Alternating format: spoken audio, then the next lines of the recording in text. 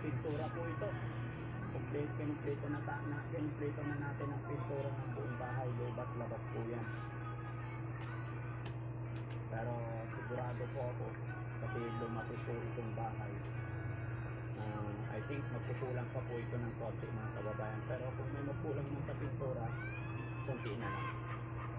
Tingnan nyo mga kababayan kung gaano kaganda kinalabasan ng bahay. Grabe. Napakaganda. Biglang laki. Dito pa lang kita sa habaan nito. Ang kabuuan nito mga kababayan magiging 3 kwarto po ito.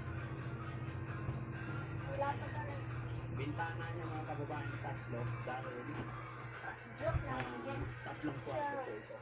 May chicken pa ma? Sinarap na sila mga kababayan. Ha?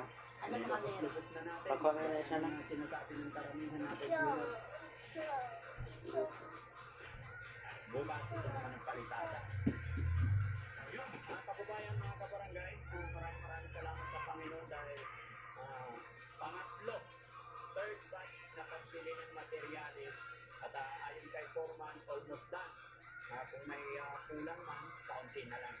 Nakabili na po tayo ng pangkisame at saka another 3 truck na bulangin at saka ano pa yung mga binili, may hollow blocks pa, pantry dito sa labas. Sa loob, iba naman ikikisame natin para maganda yung palalabasan ng bahay. Nakalungkot lang mga kababayan na habang hindi gagawin is wala ang tindalitan. Pero ayun, pinabili na ni Foreman, in-order na namin lahat ang material nito. Kaya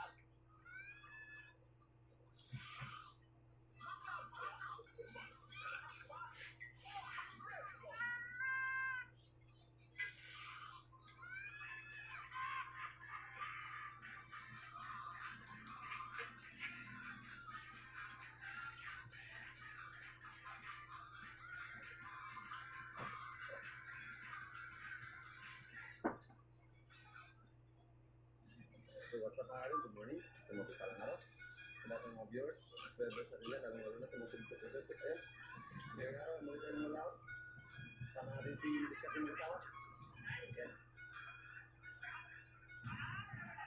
Right? Nakabalik rin na to siya na.